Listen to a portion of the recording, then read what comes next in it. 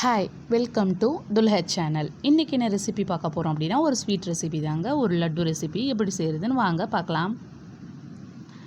நான் இன்றைக்கி ஒரு நான்ஸ்டிக் பேன் வச்சுருக்கேன். அதில் கொஞ்சமாக நெய் சேர்த்துக்கலாம்.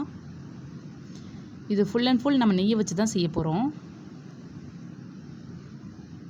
நெய் நல்லா சூடாகணும்.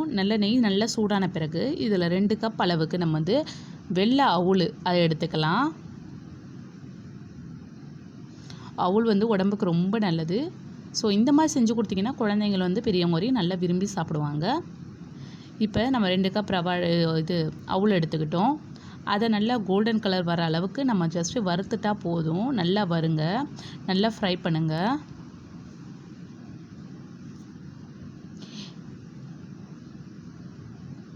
இது ரொம்ப ஒரு 5லேருந்து ஒரு 10 நிமிஷத்தில் செய்யக்கூடிய ஒரு ரெசிபி தாங்க. டக்குன்னு செஞ்சிடலாம். இது நம்ம ஸ்டோர் கூட பண்ணிக்கலாம். ஒரு 1 வீக் வரையும் நம்ம இதை ஸ்டோர் பண்ணிக்கலாம். இப்போ நல்லா வறுத்துருங்க. நம்ம வறுத்துட்டோம் அப்படின்னா ஏதோ வத்தல் மாதிரி இருக்கும். அதான் அதோட பக்குவம்.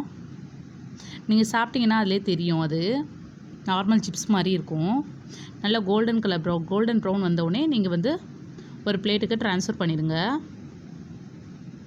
பாருங்கள், கலர் இப்போ சேஞ்ச் ஆகிடுச்சு. இன்னும் நல்லா வறுத்துட்டு இப்போ ஒரு பிளேட்டில் நம்ம ட்ரான்ஸ்ஃபர் பண்ணிக்கலாம். வெறும் 2 பொருளை வச்சு தாங்க நம்ம செய்ய போகிறோம். அது வீட்டில் இருக்கிறத வச்சு தான் நம்ம செய்ய போகிறோம். குழந்தைங்கள்லாம் ரொம்ப விரும்பி சாப்பிடுவாங்க. இப்போ நம்ம ஒரு பிளேட்டில் மாற்றிட்டோம். இப்போ இதில் கொஞ்சமாக நம்ம தேங்காய் பூ சேர்த்துக்கலாம். அதாவது தேங்காவை துருவி வச்சுருக்கேன். தேங்காய் பூவை சேர்த்துக்கலாம். அதையும் நல்லா ஃப்ரை பண்ணி விட்டுருங்க. அதாவது ஈரப்பதம் இல்லாமல் இருக்கணும். ஏன்னா நம்ம ஸ்டோர் பண்ணுறனால ஈரம் படக்கூடாது. அதனால் நம்ம இப்படி பண்ணுறோம். இதுக்கு நீங்கள் டெசிகேட்டட் கோகோனட் பவுடர் இருந்தால் கூட நீங்கள் அதை போட்டுக்கலாம். என்கிட்ட அது இல்லை. அதனால் நான் இப்போ நார்மல் தேங்காவை உடச்சி துருவி வச்சுருக்கேன். அதனால் நான் இப்படி பண்ணுறேன். பாருங்கள், சூட்டில் நல்லா ஒன்று ஒட்டாமல் இருக்குது. யாராவது இன்னும் என் சேனலை சப்ஸ்கிரைப் பண்ணாமல் இருக்கீங்க அப்படின்னா மறக்காமல் சப்ஸ்கிரைப் பண்ணிக்கோங்க. பக்கத்தில் உள்ள பெல் ஐக்கானை ப்ரெஸ் பண்ணிக்கோங்க. அப்போ தான் நான் போடுற வீடியோஸ் உங்களுக்கு நோட்டிஃபிகேஷனில் வரும். மேலும் ஏதாவது டவுட்ஸ் இருந்துச்சுன்னா கீழே கமெண்ட் பாக்ஸ் இருக்குது, கமெண்ட் பண்ணுங்கள். இந்த ரெசிபி எல்லாருக்கும் கண்டிப்பாக பிடிக்கும். மறக்காமல் ட்ரை பண்ணுங்கள். இந்த ரெசிபியை நீங்கள் வீட்டில் ட்ரை பண்ணி ரொம்ப பிடிச்சிருந்துச்சுன்னா மறக்காமல் லைக் பட்டனை ப்ரெஸ் பண்ண மறந்துடாதீங்க. இப்போ இதை ஒரு பவுலில் ட்ரான்ஸ்ஃபர் பண்ணிக்கலாம். இப்போ 2த்தையும் சேர்த்து நம்ம என்ன பண்ண போகிறோம் அப்படின்னா நல்லா பவுட்ராக்க போகிறோம். அதாவது அவுளையும் நம்ம வறுத்து வச்சுருக்கிற அந்த தேங்காய் இருக்குல்ல, அதையும் நம்ம இதில் மிக்சியில் ஃபைன் பவுடராக அரைச்சிக்கலாம். பாருங்கள், இப்போ நல்லா இதை ஃபைன் பவுடராக அரைக்கணும். நெருன்னு இருக்கக்கூடாது. நல்லா சாஃப்டாக அந்த அரைச்சிட்டோம் பார்த்திங்களா, இந்த மாதிரி சாஃப்டாக இருக்கணும். இப்போ இதை ஒரு பவுலுக்கு நம்ம ட்ரான்ஸ்ஃபர் பண்ணிக்கலாம். இதோட நம்ம சர்க்கரை சேர்க்க மாட்டோம். நம்ம நாட்டு வெல்லம்னு சொல்லுவாங்க. ஸோ வெல்லம் நம்ம சேர்த்துக்கலாம். வெல்லத்தை 1-2 உடச்சி போட்டு அது மிக்ஸி ஜாரில் போட்டு நல்லா அரைச்சிட்டிங்க அப்படின்னா நல்லா சாஃப்டாக இந்த மாதிரி கிடைக்கும். இப்போ இதையும் அதில் இது மாற்றிட்டு நீங்கள் இதில் நல்லா ஜஸ்ட்டு நீங்கள் பிணைஞ்சு விட்டுக்கோங்க. அங்கங்கே கட்டிகள் இருந்தால் உடச்சி விட்டுக்கோங்க. இப்போ நல்லா கிளறி விட்டாச்சு.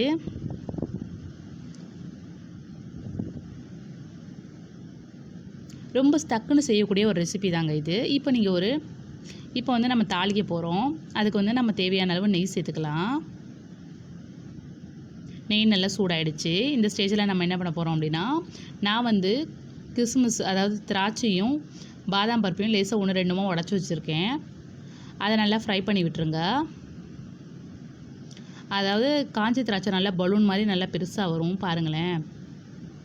அப்படி வந்துச்சுன்னா டக்குன்னு நீங்கள் அடுப்பு ஆஃப் பண்ணிடுங்க. இதுக்கு மேலே விட்டிங்கன்னா கருகிரும்.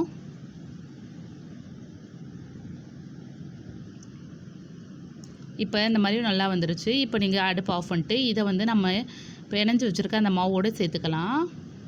இப்போ சூடோடு இருக்கும். ஸோ டக்குன்னு கை வைக்காதீங்க. கொஞ்சம் நேரத்தில் அதுக்கப்புறம் கை வைங்க.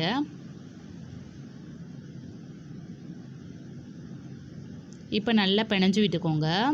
பாருங்கள், இப்போ லட்டு பிடிக்கிற அளவுக்கு நல்லா திக்னஸாக இருக்கும். ஏன்னா நம்ம இதில் நெய் சேர்த்துருக்கனால, சூடான நெய் சேர்த்துருக்கனால நல்லா திக்காக இருக்கும். ஸோ நல்லா உருண்டை பிடிக்க வரும்.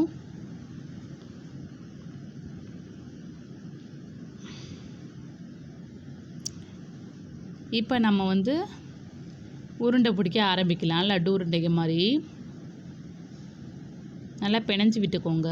இந்த பாருங்கள், லட்டு பிடிக்கிற மாதிரி நல்லா நல்லா பக்குவமாக இருக்குது. இப்போ நீங்கள் என்ன பண்ணுறீங்க அப்படின்னா, அப்படியே லட்டு பிடிச்சிருங்க. சின்ன சின்ன லட்டூஸ் உங்களுக்கு எந்தெந்த சைஸில் வேணுமோ அந்த சைஸில் நீங்கள் லட்டூஸ் பிடிச்சிக்கோங்க. எனக்கு வந்து ஒரு சின்ன சைஸாக இருந்தால் போதும்னு நான் வந்து பண்ணேன். அதனால் நான் சின்ன சைஸில் லட்டு செஞ்சுருக்கேன். பாருங்கள், டக்கு டக்குன்னு செஞ்சிடலாம். ரொம்ப ஈஸியான ஒரு ரெசிபி தாங்க. டக்குன்னு ஒரு 5 நிமிஷத்தில் செய்யக்கூடிய ஒரு ரெசிபி தாங்க. மறக்காமல் வீட்டில் ட்ரை பண்ணுங்கள், உங்களுக்கு ரொம்ப பிடிக்கும். ஸோ இன்னும் உங்கள் ஃப்ரெண்ட்ஸ் அண்ட் ஃபேமிலி மெம்பர்ஸ்க்கு என்னுடைய லிங்க் அனுப்புங்க. உங்களுக்கு பிடிச்சிருந்துச்சுன்னா அவங்களும் சப்ஸ்கிரைப் பண்ண சொல்லுங்கள். இதே மாதிரி எல்லா உருண்டைகளையும் பிடிச்சிருங்க.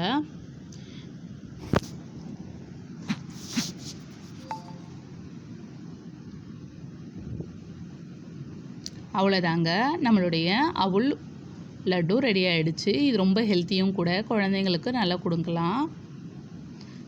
சின்ன குழந்தைங்களுக்கு கூட கொடுக்கலாம். ஒரு 1 இயர் பேபி, அப்புறம் ஒரு 8 மந்த்ஸ் பேபி அப்படின்னா கூட நம்ம கொடுக்கலாம். இது அதில் இருக்கிற அந்த பாதாமியும் அந்த கிஸ்மிஸையும் எடுத்துகிட்டு நீங்கள் கொடுக்கலாம். ஏன்னா நம்ம இதில் வந்து அவுல் சேர்த்துருக்கோம், நாட்டு சர்க்கரை சேர்த்துருக்கோம், தேங்காய் சேர்த்துருக்கோம். ஸோ குழந்தைங்களுக்கு வந்து ரொம்ப நல்லது. 1 வயசு குழந்தைங்களுக்கு கொடுத்தீங்க அப்படின்னா குழந்தைங்களுக்கு வந்து நல்லா குழ குழ இல்லாமல் நல்லா குண்டாக நல்லா புஃப்லியாக ஆவாங்க. ஸோ வீட்டில் இதை மறக்காமல் ட்ரை பண்ணுங்கள். ஒரு நாளைக்கு ஒரு லட்டு கொடுத்தீங்கன்னா கூட போதும். இதே வயிறு ரொம்பிடும் குழந்தைங்களுக்கு.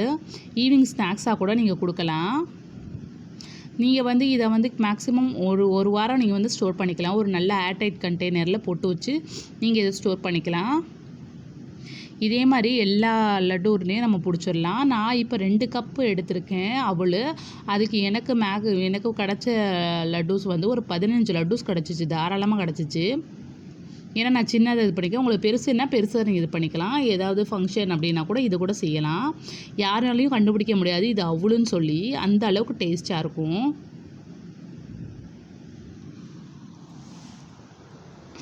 இந்த ரெசிபி செய்கிறது ரொம்ப ரொம்ப ரொம்ப ஈஸி தாங்க. மறக்காமல் இதே நீங்கள் வீட்டில் ட்ரை பண்ணுங்கள்.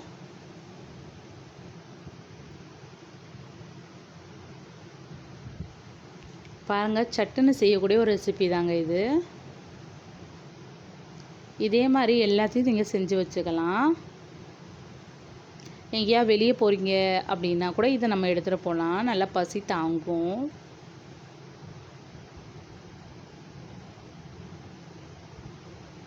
பாருங்கள், எனக்கே செய்கிறதுக்கு கரெக்டாக 10 மினிட்ஸ் தான் ஆகிருக்கு. இப்போ நான் வீடியோ எடுக்கிறனால எனக்கு 10 மினிட்ஸ் ஆச்சு. ஸோ வீடியோ எடுக்கலை அப்படின்னா டக்குன்னு முடிஞ்சிருக்கும். ஸோ நம்மளுடைய லட்டு வந்து ரெடி ஆகிடுச்சு.